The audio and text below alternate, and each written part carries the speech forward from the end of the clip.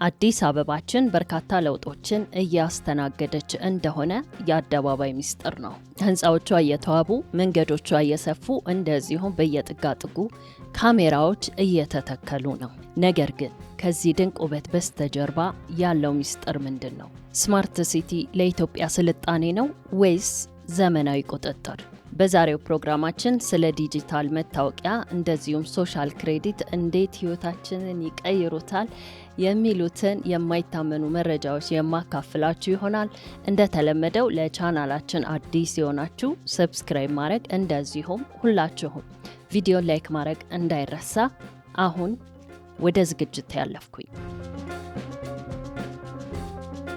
ስማርት ሲቲ ወይስ ዘመናዊ እስር ቤት? ስማርት ሲቲ ሁሉንም ነገር በዲጂታል መረብ ያገናኛል። ነገር ግን በዓለም ዙሪያ ያሉ የሚስጥር ተመራማሪዎች ይህንን የ15 ደቂቃ ከተማ ወይም 15 ሚኒት ሲቲ በማለት ይጠሩታል።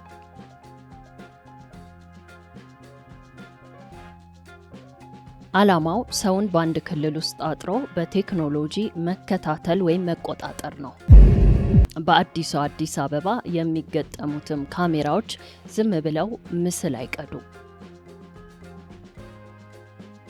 የሰውን ፊት የመለየት እንደዚሁም ባህሪን የመተንተን አቅም ያላቸው የሰው ሰራሽ አስተውሎት ወይም ኤአይ ውጤቶች ናቸው።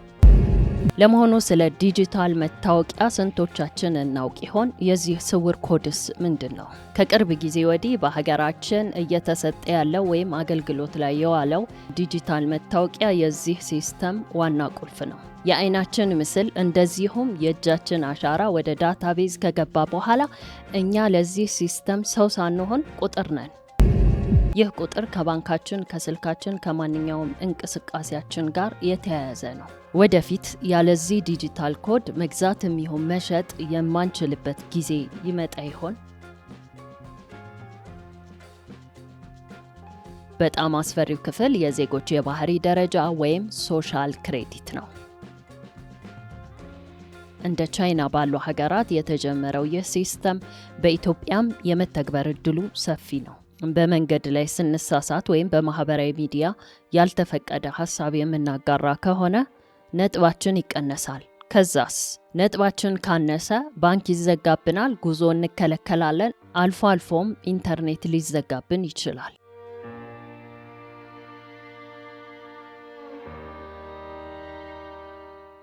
ስማርት ሲቲ ከፍተኛ ፍጥነት ያለው ኢንተርኔት ይፈልጋል።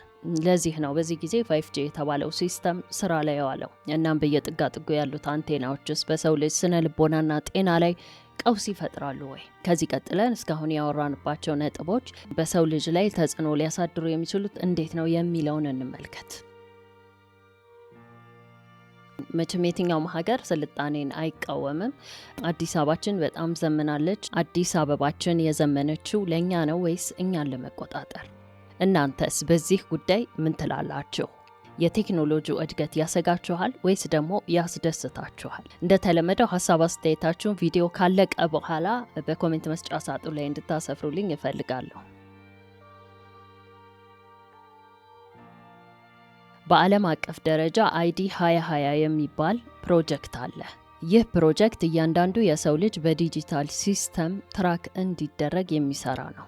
እኛም በኢትዮጵያ እየወሰድን ያለነው ዲጂታል መታወቂያ ከዚህ ዓለም አቀፍ የዲጂታል መለያ ወይም ዲጂታል ግሎባል አይዲ ጋር የተያያዘ ነው። በአይን ምስላችን ወይም በእጅ አሻራችን ከሲስተሙ ጋር ከተገናኘን በኋላ ያለሱ መግዛትም ይሁን መሸጥ የማይቻልበት ዘመን እንደተቃረበ ወይም እዛ ዘመን በር ላይ መቆማችንን የሚያሳይ ነው።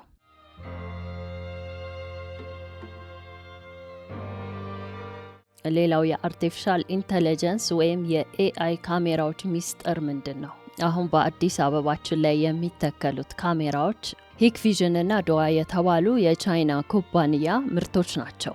እነዚህን ካሜራዎች ከማንኛውም ካሜራ የሚለያቸው ቢሄቪየራል አናሊሲስ ወይም ደግሞ የባህሪ ትንተና ላይ መስራታቸው ነው። እኛ መንገድ ላይ በምንሄድ ሰዓት ዝም ብለው አያዩንም።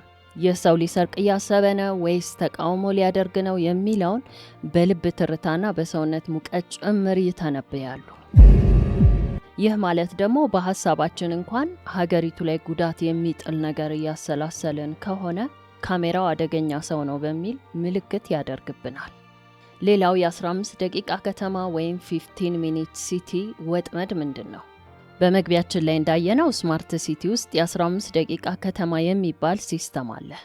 ለምሳሌ በለንደን እና በኦክስፎርድ የተጀመረ ማስረጃ ሰዎች ከቤታቸው ርቀው መሄድ ከፈለጉ በካሜራ መመዝገብና ፍቃድ ማግኘትም አለባቸው። ካልሆነ ግን ነጥባቸው ይቀነሳል ወይም ይቀጣሉ። አዲስ አበባችን ላይ መንገዶች የታጠሩት እንደዚሁም ሰፊ የእግረኛ መንገዶች የተሰሩት ለምቾት ብቻ አይደለም። ከዛ በኋላ ደግሞ ያው ዘመናዊነትን ተከትሎ የሚመጡ ሲስተሞች አሉ። ስለዚህ በዛው ሲስተም እኛ መግባታችን የማይቀር ጉዳይ ነው። በየሰፈሮቻችን ካሜራ ይገባሉ። እንደዚሁም በከፍተኛ ግብር ምክንያት የአሽከርካሪዎች ቁጥር ወይም መኪና የማሽከርከሩ ነገርም ሊገደብ ይችላል። ማን ያውቃል? ለማንኛውም እሱን ወደፊት የምናየው ይሆናል።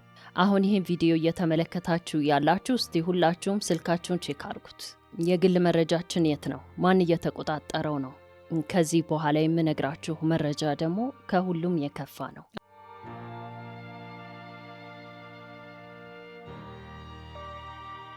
አሁን ላይ በአንዳንድ የዓለም ሀገራት እንደዚሁም በእኛ ሀገር እያየነው ያለነው ለውጥ ድንገተኛ አይደለም። በተባበሩት መንግስታት ወይም ዩኤን አጀንዳ 2030 ውስጥ አንዱ ግብ ዩኒቨርሳል ዲጂታል አይዲ ነው። ኢትዮጵያም ይህን አጀንዳ ለመፈጸም ከፊት ከተሰለፉት ሀገራት መካከል አንዷ ናት። ስለዚህም እንደማናቸውም ሀገራት የእኛም ሀገር የተለያዩ የልማት ስራዎች የሚሰሩት ለዚህ የቁጥጥር ስርዓት ለማዘጋጀትም ጭምር ነው።